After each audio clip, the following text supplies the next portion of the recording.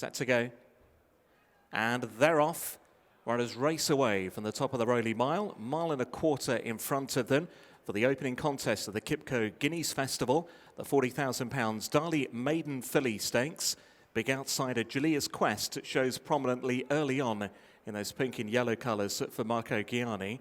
Blue with the white cap there to the left-hand side. Precious Jewel on debut, seeing plenty of daylight. Right in behind is Malavelli. Those yellow sleeves for Holly Doyle. Another one length back to Magic Dream and William Buick in the all-royal blue. Further behind to Divine Presence in the maroon. Big step up in trip for her today. 7 furlongs up to the mile and a quarter from her debut effort. And she's at the back of the field early on, along with debutant C Just in Time, as they continue their journey up the Rowley Mile. They're racing now towards the final 3 parts of a mile. And it's Precious Jewel together with Julia's Quest. These two now disputing. A length or so away to Malavelli, who runs in third. Then came Magic Dream after that lovely debut last time at Newbury. Going to be send-off favourite for this Maiden Fillies today, currently sitting in 4th place. Then See Just in Time and Divine Presence as they continue up the centre of the course and racing inside the final half a mile. Julia's Quest now pushed along. Precious Jewel travelling better now. Malavelli in third. Then came Magic Dream right up in behind and just about a dispute for third. Another one length away. The yellow silks are See Just in Time. Divine Presence still being held up, but now just been asked to get a little bit closer. They're racing inside the final 3 furlongs. Precious Jewel with Julia's Quest to the right-hand side. Malavelli with the yellow sleeves coming there with a big-looking chance. In behind, Magic Dream is now off the bridle toward the right-hand side. See Just in Time beginning to find her stride. They're racing inside the final furlong and a half. Malavelli went on, but here comes See Just in Time under Tom Marquand, who's now strode through now to lead. And See Just in Time goes for home from Malavelli. Then came Precious Jewel and Divine Presence back in 4th, but this will be a lovely start to her career. See Just in Time, a winning debut. See Just in Time has beaten Precious Jewel. Malavelli in third. Then came Divine Presence, clear from Julia's Quest, and last in, Magic Dream. See Just in Time has made a pretty taking debut. William Haggas with me. Well done. What was the level of expectation with her coming here today? We thought she'd run nicely. She's a nice filly, well related. You know, we got Truthful, who was a pretty useful 3-year-old last year, and we had the elder sister as well, who I think would have been pretty good, but she won her maiden. She did a tendon, and so that was a pity. But we thought she'd run well, but I was quite impressed with her actually. Yeah.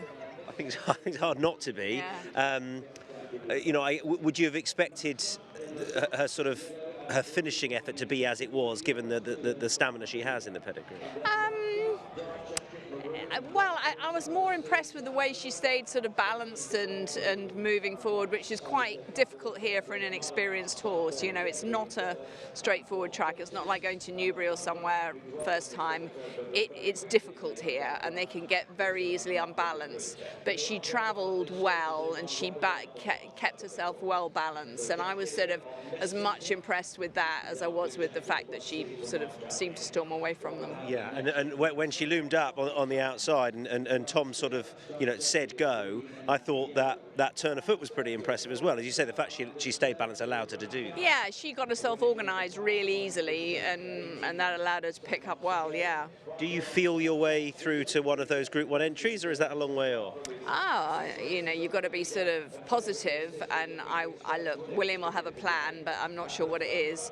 But I would think she'd probably go for a listed race next and take it from there. But you know, there's lots of nice races for her if she is good. You know, summer and onwards, and most of the See the Stars are better on faster ground than they are on. Not that it's too bad here, but you know, soft ground wouldn't be her thing, I wouldn't have thought. Nakib, a little bit later on, has been gelded since we last saw him. Yeah, he's taken it really well, looks well, and everyone seems happy with him. So, you know, it'd be interesting to see him come back. But yeah, he looks good. The back end of last season, do you sort of reflect on that performance? Were you in any way disappointed, or was it, you know, sort of not a long season, but it was always going to be the last run of the season? Yeah, I mean, I think he'd progressed and you know, he had done well during the year. but he was always going to be a better 4-year-old, we all felt, and hopefully going on, now he's a gelding, you know, hopefully he can stay and race on, you know, look, Baid was obviously a bit exceptional, but he never ran at 2 and never really, didn't run till June of his 3-year-old career, so they do take a bit of time, the family, and this horse looks great, you know, has done really well as a 4-year-old, and I think he'll just get better with time. Best of luck. Thank you. Tom, well done. That was a very taking debut. It was. Look, it was obviously a race he looked at, and there was a few in there with experience, so it was always going to be interesting how she shaped up. But look, she relaxed beautifully, and to be honest, she surprised me how easily she jumped into the race when she did. Which part of the race impressed you most? From sort of 2.5 to the 1 was pretty impressive. To do that on a track like this, where you have to get organised and balanced, and to be honest, I sort of, you know, you kind of want to leave them to their own devices a little bit first time, just to get them to learn, and then help them through the rest. But she was sharp to it, and like I say, she took me by surprise. If I knew she was going to do that, I'd probably waited another furlong. But very, very seldom do horses come along that can do that at the first time of asking on this track.